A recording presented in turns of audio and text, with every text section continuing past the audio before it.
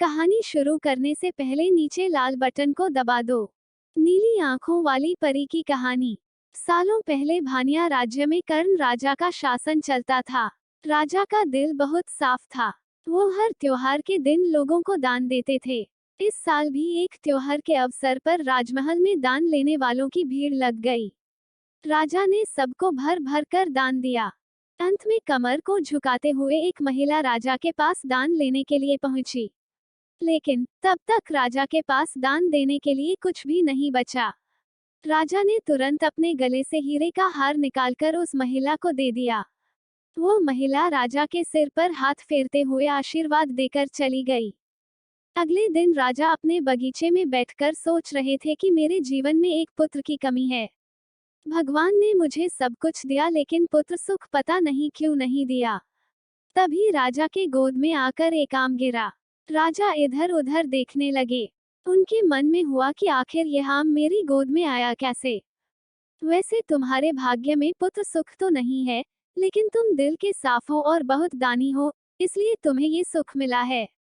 बस ये सुख तुम्हें सिर्फ 21 साल तक मिलेगा। जैसे ही तुम्हारे बेटे की शादी होगी, उसकी मौत हो जाएगी। राजा ने दुखी मन से नीली आंखों वाली परी से पूछा, क्या इसका कोई उपाय नहीं है? परी ने कहा, राजन, कल मैं कमर झुकाते हुए एक साधारण महिला के रूप में तुम्हारे दरबार में दान लेने के लिए आई थी।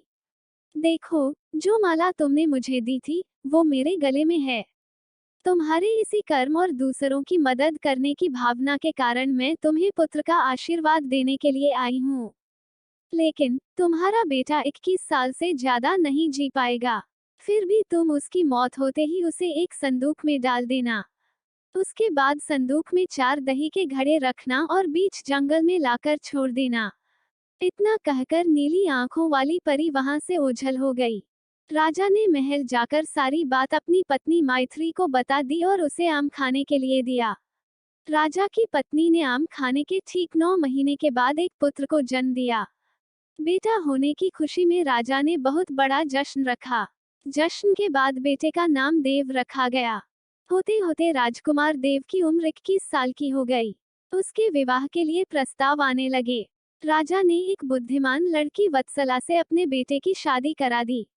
शादी के कुछ ही दिनों के बाद नीली आंखों वाली परी की बात सच हो गई और राजा का बेटा देव मर गया। राजा और रानी नीली आंखों वाली परी की बात भूल गए थे। जब देव के अंतिम संस्कार के लिए राजा लोगों के साथ शमशान की ओर बढ़ने लगे, तो राजा को परी की बात याद आ गई। तुरंत राजा ने सबको एक बड़ा सा संदूक और 4 दही के घड़े लाने के लिए कहा। संदूक आते ही राजा ने भारी मन से अपने बेटे को उसमें डाला और दही के 4 घड़े भी रख दिए। उसके बाद राजा ने अपने सैनिकों की मदद से उस घड़े को घने जंगल के बीच में रख दिया। वहां से लौटने के बाद राजा का मन किसी काम में नहीं लगा। कुछ समय बाद देव की पत्नी अपने मायके चली गई। समय बीता और देव की मृत्यु को 1 साल हो गया। देव की पत्नी वत्सला के घर एक बूढ़ा आदमी खाना मांगने के लिए पहुंचा।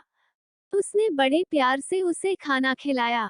खाना खाने के बाद उस भिखारी ने अपना हाथ धोने के लिए दूसरे हाथ की मुट्ठी खोली। तभी वत्सला ने उस मुट्ठी में अपने पति देव की सोने की चेन देखी। वत्सला ने तुरंत भिखारी से पूछा, आपको यह चेन कहाँ से मिली? यह मेरे पति की है, जिन्हें संदूक में बंद करके जंगल के बीच में रखा गया था। भिखारी ने डरते हुए कहा, हाँ, मैंने ये चेन उसी संदूक से निकाली है। वत्सला ने कहा, आप डरिए मत। मैं सिर्फ उस जंगल तक जाना चाहती हूँ, जहाँ मेरे पति का संदूक रखा है।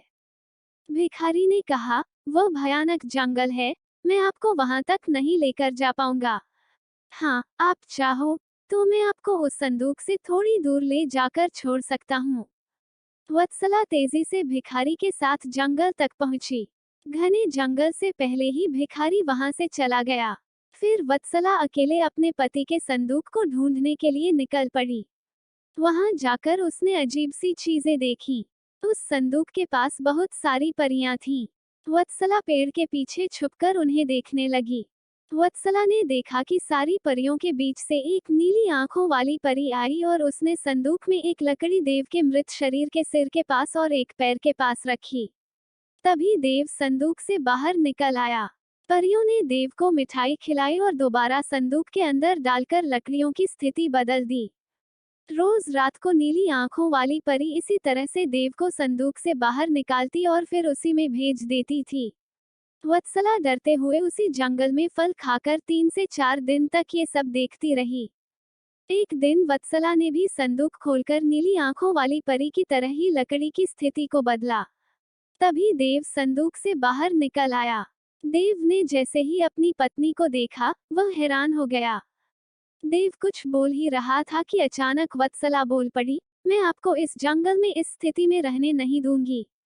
आपको मेरे साथ चलना होगा। देव ने वत्सला को समझाते हुए कहा, मैं नीली आंखों वाली परी की वजह से ही इस दुनिया में आया हूँ। मैं उनकी आज्ञा के बिना कहीं नहीं जा सकता। तुम मेरे संदूक में रखा हुआ एक घड़ा अपने साथ लेकर मेरे राज्य चली जाओ।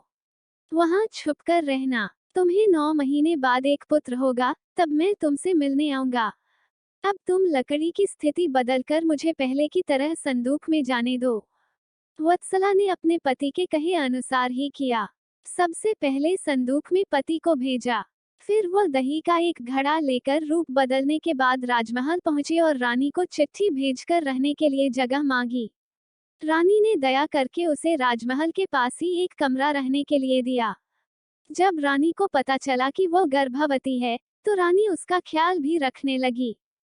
जब वत्सला ने बच्चे को जन्म दे दिया, तो देव उससे मिलने के लिए आया। उस समय रानी पास से ही गुजर रही थी। उन्होंने तुरंत अपने बेटे को पहचान लिया। रानी सीधे देव के पास पहुंची और पूछने लगी, ये तुम्हारी पत्नी है? ये तुम्हारा पुत्र है? तुम जीवित हो? अब मैं तुम्हें कहीं नहीं जाने दूंगी। देव ने कहा, माँ, मैं आपके साथ नहीं आ सकता हूँ। इसका एक ही उपाय है। आपको अपने पोते के लिए एक उत्सव रखना होगा। आप उसमें सारी परियों को बुलाइए। जब परियां आ जाएं, तो नीली आंखों वाली परी का बाजूबंद किसी तरह निकालकर जला देना। उसके बाद नीली आंखों वाली परी से मेरे जीवन का वरदान मांग लेना।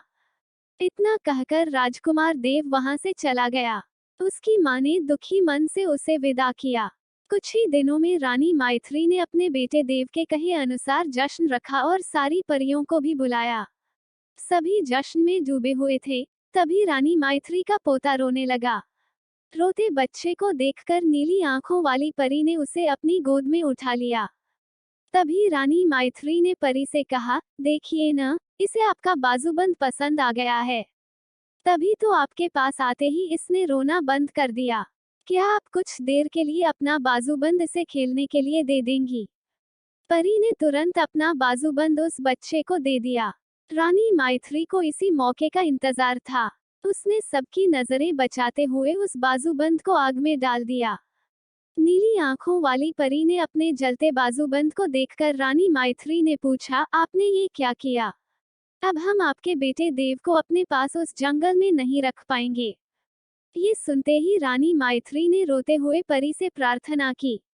उन्होंने कहा, आपकी कृपा से मुझे बेटा हुआ था। अब आपको ही कृपा करके मेरा बेटा लौटाना होगा। मैं आपसे अपने बेटे देव की भीख मांगती हूँ। नीली आंखों वाली परी को मां का प्यार देखकर दया आ गई और उन्हें आशीर्वाद दे दिया। परी के आशीर्वाद से राजकुमार देव संदूक से निकलकर घर लौट आया। राजकुमार अपने परिवार के साथ खुशी खुशी रहने लगा।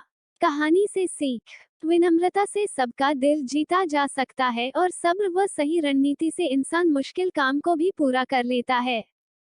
पुरानी कहानियाँ यूट्यूब चैनल को सब्सक्राइब करना ना भूले।